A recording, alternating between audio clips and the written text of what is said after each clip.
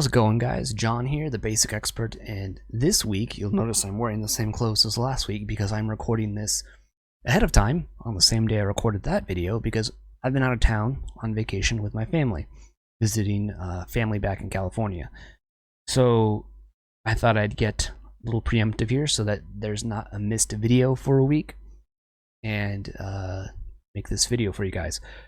This is probably the last video where I talk about basic fantasy in detail as a system. We'll probably revisit other adventure modules and things like that because there's tons of content out there for basic fantasy, and most of it's free. So it's just all quality, good stuff. So what I wanted to go over then was, if you've been watching my videos for the last month and a half, 2 months, where I've gone over basic fantasy every week, a section of the book, and then gone over some of the little additions and add-ons that I'm using, and you're like, cool, I want to run this game, but I don't know where to start. Well, I think you should start with Chaotic Caves, which is this adventure right here. I have a physical copy you can see on the screen here. I have the PDF. The PDF is free. This print copy is print on demand. I think I got it from Amazon, or you can get it from Lulu, and they are printed at cost, so very inexpensive. And let's dive into it. So this is what I use this, and I'm recommending this adventure because this is what I use, and I'm trying to recommend things that only I use. If you're a player, let me give a warning out here too. You're probably not going to want to watch this because you're going to spoil stuff for you and your game. But if you're a game master, tune in and enjoy. So let's start here at the beginning. You get an introduction, kind of explaining it here. You get a thing for the setting. And this is what I really love about this and why it's so useful and why I used it. It says the Game Master GM can place this anywhere if they need a setting. It is south or north or east or west of a large town on the border between the wild country crawling with monsters and civilized friendly lands where mankind and allies strive to keep monsters at bay. The skeleton of such a town is included in this module. For thousands of years, this territory has been empty, littered with remnants of ancient villages and farms. Humans discovered it and began developing it for mining, farming, and lumbering. That drew monsters of all sorts, each seeking to steal the wealth the humans were making. The discovery of several gold and gemstone mines led to a full-scale invasion by monsters. They pushed the humans back hundreds of miles to the border region they now inhabit. Within the lost regions are the remains of recent human settlements, aged ruins, and plundered wealth. It has been relatively quiet the last few years. The town is surrounded by a strong wooden wall. Slow progress is being made building a stronger stone wall around it. It has a smaller contingent of professional soldiers and relies mainly on a militia for defense. If the monsters do attack in force, the main plan is to flee. The town rests beside a river fed by various streams, winding about haphazardly. A large wooden bridge crosses the river. Boats and small ships frequent the river. A stone-paved road leads into the heartland of the kingdom, and other roads are scattered about. The road network has been allowed to degrade wherever it winds into the wilderness to hinder an attack. Recently, monsters have become more numerous. Suddenly, savage attacks have occurred against locals. The local military forces are not prepared to deal with said activity. Some officers even doubt the seriousness of the attacks, dismissing them as minor bandit activity. Locals have been putting out notices such as this, and you can use this as an adventure hook for your players. Treasure recovery and monster exterminators needed. All goods recovered by lawful means from monsters become property of the carrier. Come one, come all, stalwart of heart and arm. Thus the stage is set. Very simple. So then you have your GM preparation. You have some rumors here that you can have them be false or true if you want, that you can kind of feed the players. You have a map here of the town. So the town is down here. You got some a grid here. Each square is 1 mile, and you have these are planned encounters, these numbered areas here. These are not where the caves are. And then this is the map you can give your players to where what they know about, which is nice. I like when adventure writers do this, where here's your GM map, here's the player map. You get a map of the town, and it is each number here and letter, your 5A, 5B, Building 3, 4A, B, and C. These all have detailed out here, as you can see, what is in there and how strong it all is. And one thing I really like about Basic Fantasy Adventures is they give you these little tick boxes. So in your print version, because the books are so cheap, I don't have a problem writing in them. I write in these with pencil. And so if they're fighting a monster that's in here, let's say they fight these centipedes that are in boxes, I can check off damage as they go. And I really rather like that. Makes it super easy to keep track of hit points of monsters. And so I appreciate that. So you have the whole town detailed out. And then you get to special random encounter tables that you can use for when your players are traveling around on that world map that I just showed. You also have placed adventures here. So those numbers that were listed here, scroll up. Those numbers that were listed here, you have those encounters in detail laid out for you at that next section. If I could scroll back down, I don't think this is... The thing about the PDFs is that they are not bookmarked, which kind of stinks, but it is what it is. But yes, you have these... Where are they at? Placed wilderness encounters, so the ruined castle... They encounter orcs, they have bandits on the road.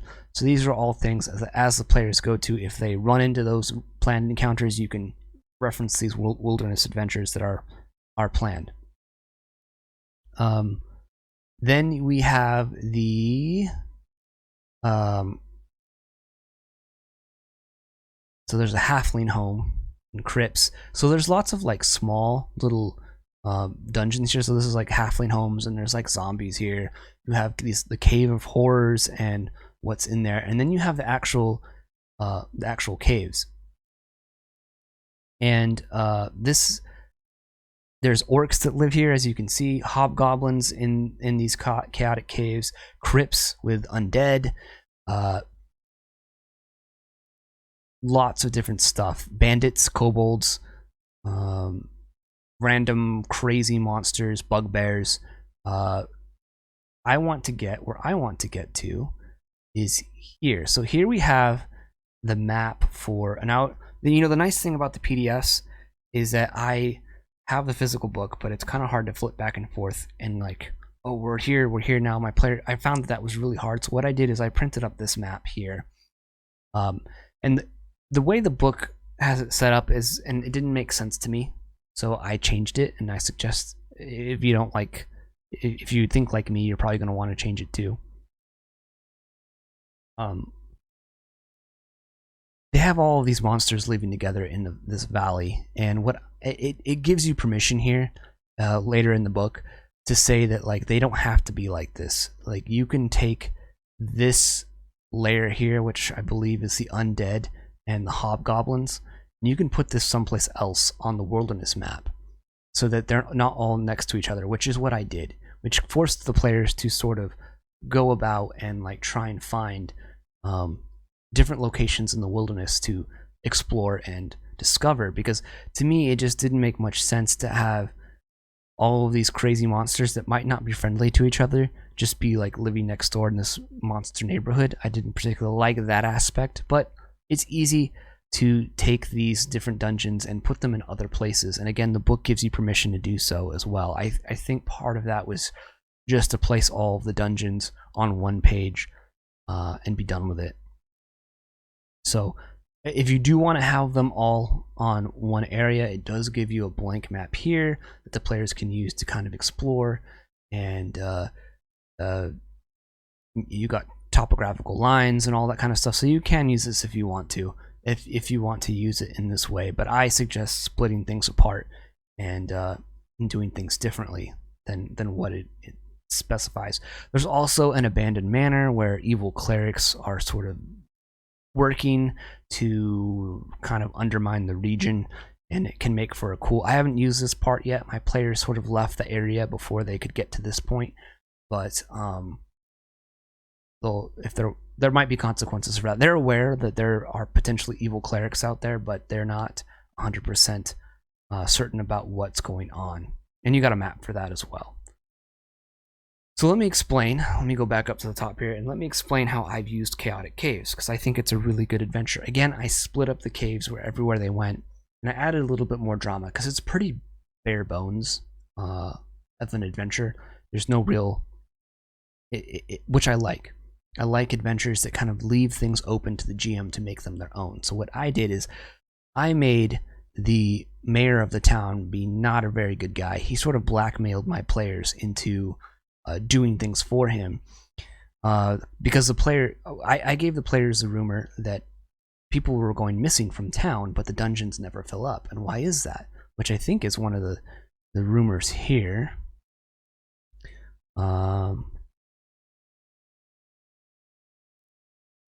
Let's see. Every 7th night, the Night Watch feeds a prisoner to a pack of trolls living under the bridge that crosses the river in return for maintenance done by the trolls on the bridge. They have this as false. I set it to true, and instead of having it be trolls, I had it be human sacrifices, human slaves, or elves, humanoid slaves, to the orcs that live to the north. And I placed the orcs somewhere in the forest over here, near 7. I think it was somewhere over here. In these woods is where I placed the orc tribes. And so my players start here. They heard rumors. They kind of did some exploration. They did the bandit encounter here, which I highly recommend you do the bandit encounter first if your players are used to 5e, so that you give the players something to surrender to, and the bandits can just rob them and let them live rather than kill them, because they're going to go into basic fantasy thinking that they're going to be able to kill anything, and they're weak, fragile noobs as characters. They do not stand a chance in a straight up fight. So you want to try and maybe give something where they can get mugged, get a little roughed up, but they're not dead, and they learn their lesson. They learn that combat is deadly and dangerous.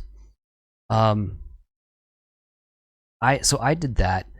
They did that. They dealt with bandits. I think I put the bandits hideout somewhere over here, or I think it was up here actually. And so they did the bandit encounter here. They dealt with all of the bandits here, and then they went and back into town, got blackmailed by the mayor to go and deal with this issue, because the mayor is like, I've been given slaves to the orcs in exchange for keeping the town safe, is his excuse, and obviously want to stop that. So what I had the players do is they had captured some bandits from here, and they were going to use them as the next batch of. They captured the bandits alive. They were going to use those bandits as the sort of fuel, or for the next the next tribute for the orcs. And they met the orcs here, which this is the planned wilderness encounter here. And I just made this, which was with orcs, and I just made this. This is the deal drop-off point where all the slaves are sent to be sent to the orcs, and then they're taken up this road into the forest where the orcs do with them as they will. And I liked connecting things that way, and this adventure leaves things open enough to where you as a GM can kind of do that, which I really rather like. So I play, again, because it's so bare bones, I could put this anywhere in my world, and I picked a place, and my players are now not in this region anymore, but it was just a good structure for me to get the game going to where the players are, I had something to work with, and I just didn't have to make something right off the bat. I didn't have to make something that was just 100% on me. Like, all of this is already done, which I think is great. Yeah, these are really, they're well-designed dungeons. My players had a lot of fun going through the orc dungeons here. I think this is where the orcs are. Yeah, so there's 2 tribes of orcs here, and I placed this in that forest, and there's like 30 something orcs, 30-40 orcs in here, and my players orchestrated a civil war between the two, so that they just, most of them ended up killing each other, and then they went in and cleaned up the rest, and it was a lot of fun. And that's what I like about old school, is the ability for players to sort of problem solve and think outside the box, and like, well, let's go through and clear room by room and kill everything, because that's, people kind of think that's how it worked, but it's not necessarily how it always worked. So really good adventure. I really quite enjoy this. I highly recommend it. Again, it's free. This PDF is free on the Basic Fantasy website, or you can get the printed book here at cost, printed at cost. I think this was like a couple bucks for this physical book, and I figured it's so cheap, why not? I like having physical stuff at the table. So I think that's going to do it for Basic Fantasy stuff for now. I'm not sure what I'm going to talk about next, but it'll be something interesting. I highly recommend this adventure. It gives you, again, a bunch of different monsters here, a bunch of different dungeons that they can explore, and magic items are even outlined in here. So my players got a few magic items from these adventures. A +1 longsword, I think, was one thing, and +1 chainmail, I think. Nothing super fancy. +1's a big deal in old school. Having anything, even a +0, is useful for player characters. So everything's lined up for you here. It's great. My players had a really good time, and quite happy with this adventure, especially for the price of free. You can get it for free. So check it out. If you like what I do, please consider looking at my Subscribe store or any of the RPG products that I'm making. It means a lot to me. And tell me about your Basic Fantasy adventures in the comment section below, and if you've used the Chaotic Caves one. What my players are currently going through now, they went further south to a larger settlement, and I'm running them through the classic adventure, The Palace of the Vampire Queen. So they're having a lot of fun with that. So I think if they survive, I'm going to start talking about The Palace of the Vampire Queen, which is the second ever Dungeons & Dragons adventure that was ever written. Came out in 1974, I think, mid-70s. So that should be something fun to talk about going forward. I don't know when those videos will come out, but we'll cover Palace of the Vampire Queen at some point. I promise you that. So that's all for this video, guys. Highly recommend Chaotic Caves. It's a good introduction, sort of, if you want to run a sandbox game like I do. This is a great supplement for you to do so. And because it's OSR, it's compatible with, you could use this with Old School Essentials if you're running that. You could use this with just straight BX if you're using that. Whatever old school system you're using, there's not going to be much converting for this, so highly recommend it. Until the next video, guys, I'll talk to you later. Peace out.